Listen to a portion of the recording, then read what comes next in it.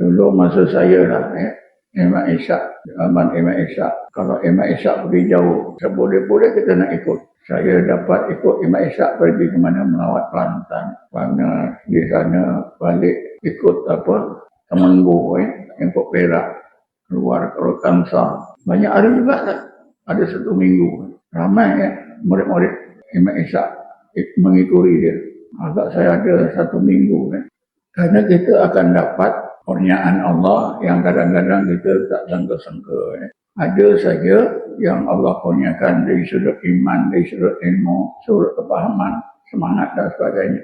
Jadi suhbah itu memang salah satu syarat orang yang berjalan pada jalan agama Allah. Dan saya dah cerita, satu ketika sahabat berbual-bual, kalaulah sekiranya Rasulullah ini meninggal dunia, siapakah yang kita harap untuk memimpin kita, yang selalu kita dampingi. Jadi kumpulan sahabat ini satu ketika bertanya kepada Rasulullah, "Ya Rasulullah, man khairu julasaina?" Ya Rasulullah, siapakah orang alim yang sepatutnya kita jadikan guru, selalu kita dampingi. Suhbah.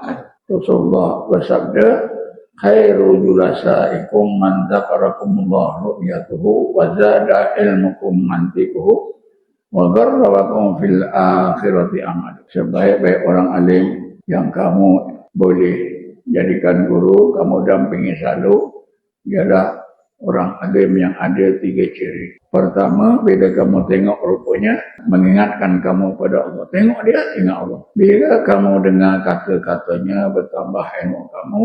Dan yang ketiga, bila kamu tengok cara tingkah lakunya, ibadatnya, menjadikan hati kamu gemar kepada akhirat.